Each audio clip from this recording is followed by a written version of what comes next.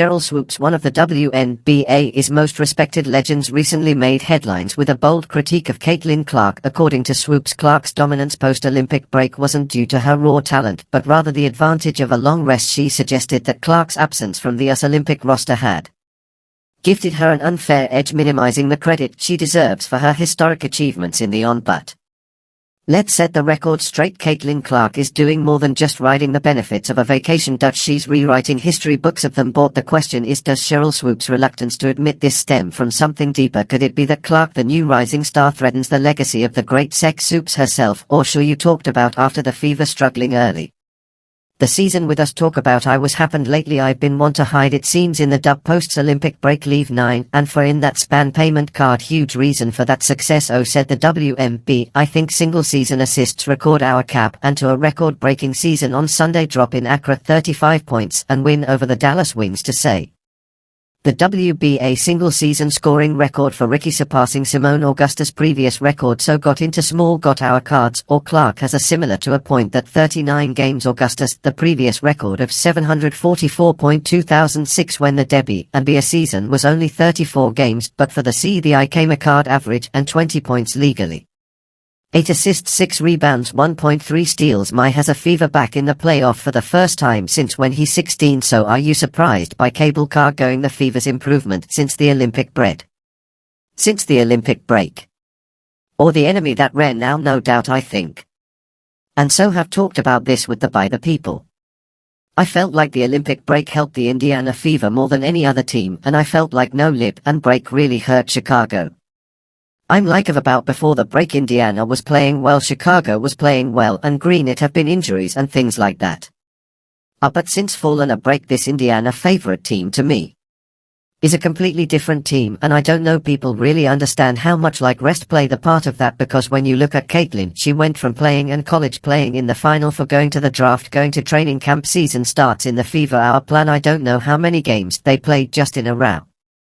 But what I've seen from this team, it's not just about like one player, but their ability to really gel together, and their chemistry right now is like they look like they've been playing together for years. And I do think what Caitlin has been able to do in a short period of time, he has been very impressive, right? And so, because I know people like, oh my god, you say she would be good, but and didn't say she wouldn't be good. What I said was I didn't think Caitlin or Angel would come into the league and dominate immediately, which and don't think either of them did on it, but I wouldn't only one who, so that's why I think a lot of people felt that way. You talk to a lot of players in the W.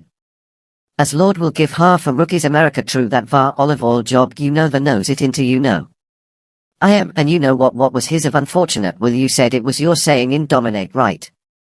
When we're talking about came and we're talking about when she said dominate Woolworth, same Domini, we're thinking what she doesn't college scored a bomb. She's dominate a knowledge rhino, she dominate usually acknowledge he dominated, so was she, as you won't come here and dominate of the rip average, and 17 is not dominate compared to average and 30 something for sure years. But then I also like the voters type of the season on.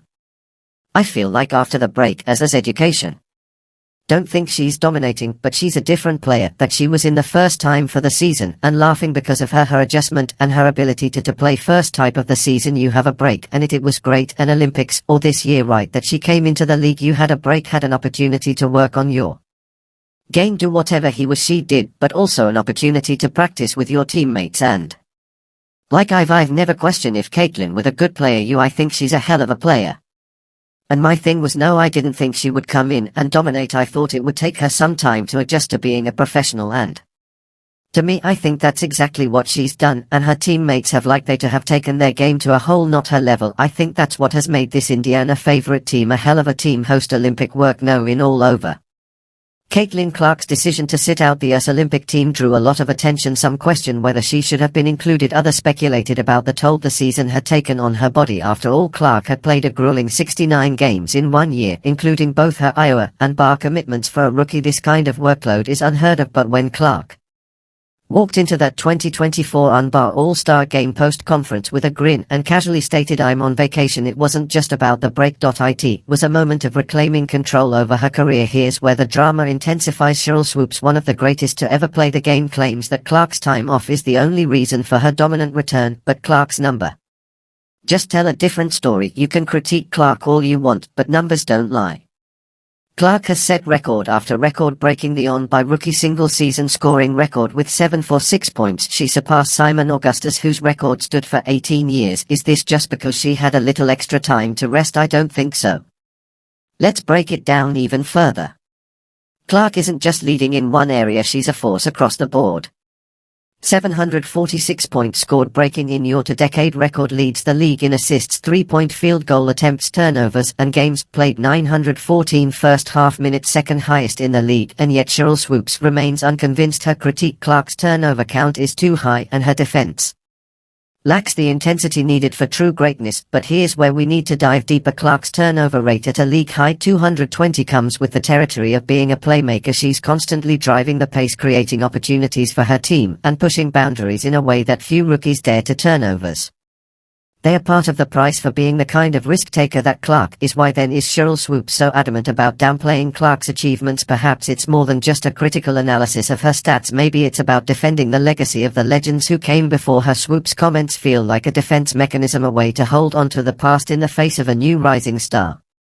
Claim that Clark's dominance isn't true because of a few defensive flaws. Our high turnover rate misses the bigger picture. Clark isn't just impressive, she's changing the game. Think about this: Clark broke the single-season assist record in her rookie year. That's unheard of. She leads the league in multiple categories and has been an iron woman on the court, logging more minutes than most veterans. And is this really just about rest, or is Clark showing us all that she's ready to take the torch from the legends of the past? Now let's talk about the Indiana Fever, a team that has struggled for years, suddenly finds itself in the playoff race, and who was at the center of this resurgence: Caitlin Clark. Her leadership on the court is undeniable, and her partnership with Kelsey Mitchell is the game changer. Be made history as the first to and on by history to each score over 30 points and make 6 or more three-pointers in a game. Clark isn't just a standout player, she's elevating her entire team. The Fever's rise from 11-15 start to a 1-9 record is no accident. Clark's influence is palpable, and the numbers suck it up. She's leading the team and assists, she's their go-to scorer, and she's helping push them into the playoffs for the first time since 2016 with every game. Clark continues to silence her critics and prove that she is far more than just a player benefiting from a break. She's a leader shaping the future of her franchise. But here's where things get even more interesting. The regular season may be Caitlin Clark's playground, but the postseason is where legends are truly made. Critics like Sheryl Swoopes argue the DA minutes is measured in the playoffs, not the regular season. Fair enough.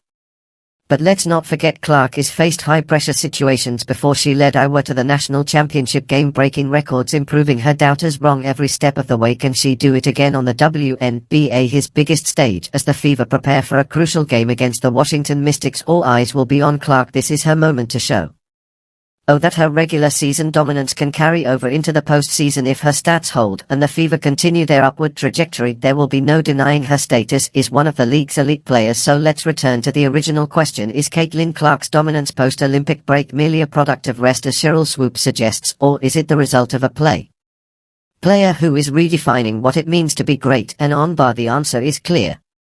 Clark is not only breaking records, she's doing it while carrying the weight of expectations, leading her team, improving the she belongs among the best. Sheryl Swoopes may continue to downplay her achievements, but the numbers, the wins, and the impact all tell a different story. Caitlin Clark is a force to be reckoned with, and this is just the beginning of her journey. As we move toward the postseason, one thing is certain: